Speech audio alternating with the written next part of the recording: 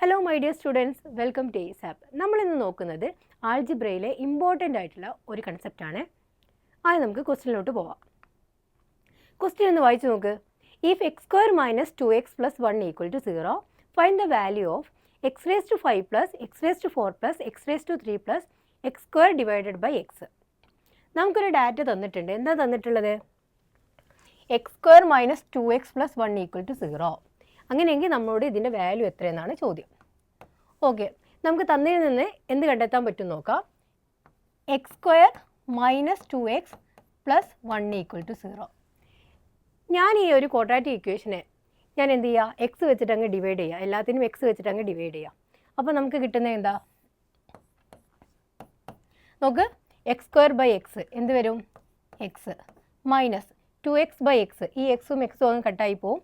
എന്ത് വരും? 2. പിന്നെ എന്തുണ്ടാവും? 1 ബൈ എക്സ് ഈക്വൽ ടു എന്ത് എഴുതാം? 0 എന്ന് എഴുതാം. ഞാൻ ഒന്ന് റീഅറേഞ്ച് ചെയ്യുകയാണെങ്കിൽ x plus 1 by x equal to ഈ -2നെ അപ്പുറത്ത് കൊണ്ടുപോകുമ്പോൾ 2. നമുക്ക് കിട്ടിയേക്കുന്നത് നോക്ക്. എക്സ് പ്ലസ് 1 ബൈ എക്സിൻ്റെ വാല്യൂ എന്താണ്? 2 ആണ്. നമുക്ക് റിസൾട്ട് അറിയാം.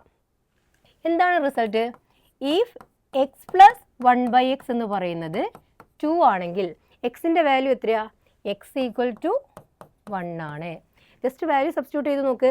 1 പ്ലസ് 1 എന്ത് വരും? 2 വരും. അപ്പോൾ ഇതിന് മനസ്സിലാക്കേണ്ട കാര്യം, എക്സ് പ്ലസ് 1 ബൈ എക്സ് 2 ആണെങ്കിൽ എക്സിൻ്റെ വാല്യൂ എത്ര വരുന്നത്? 1 ആണ്. അങ്ങനെയെങ്കിൽ എക്സിൻ്റെ വാല്യൂ 1 എന്ന് ഇതിനകത്ത് ഡയറക്റ്റ് സബ്സ്റ്റിറ്റ്യൂട്ട് ചെയ്താൽ പോരെ? നോക്ക്, ഇവിടെ എന്ത് വരും? ഒന്നെങ്കിൽ എല്ലാത്തിനും എക്സ് വെച്ചിട്ട് അങ്ങ് കട്ട് ചെയ്യുക, അതല്ലാതെ തന്നെ ഡയറക്റ്റ് ആയിട്ട് വാല്യൂ സബ്സ്റ്റിറ്റ്യൂട്ട് ചെയ്യുക. X raise to 5, 1 raise to 5 1. ഇവിടെ 1 റേസ് ടു 4 1. അടുത്തത് 1 റേസ് ടു 3 1. അടുത്തത് 1 സ്ക്വയർ 1 ഡിവൈഡഡ് ബൈ എക്സിൻ്റെ വാല്യൂ എത്രയാ? 1. അപ്പോൾ നമുക്ക് എത്ര കിട്ടും?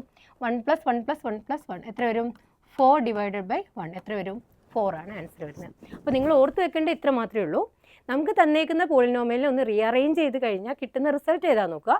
അതനുസരിച്ചിട്ടാവും എന്ത് വരുന്നത്? എക്സിൻ്റെ വാല്യൂ. അപ്പോൾ ഓർത്ത് വെക്കേണ്ട കാര്യം, if x plus 1 by x എന്ന് പറയുന്നത് 2 ആണെങ്കിൽ എക്സിൻ്റെ വാല്യൂ എപ്പോഴും എന്താവും? 1 ആണ്. ഓക്കെ അല്ലേ? ഇനി ഇതേ കൺസെപ്റ്റ് വെച്ചിട്ട് അടുത്തൊരു ക്വസ്റ്റ്യൻ ചെയ്ത് നോക്കാം. നോക്കടാ, ക്വസ്റ്റ്യൻ നോക്ക്.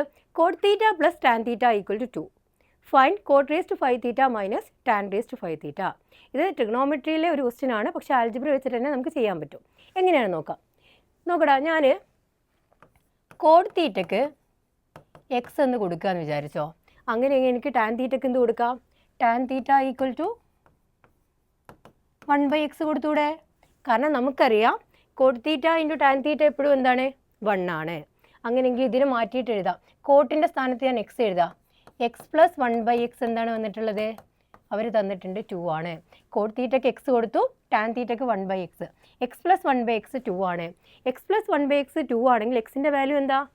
എക്സിൻ്റെ വാല്യൂ നമ്മൾ പറഞ്ഞു എത്രയാണ്? 1 ആണ് അല്ലേ? അങ്ങനെയെങ്കിൽ കോട്ട് റേസ് ടു 5 തീറ്റ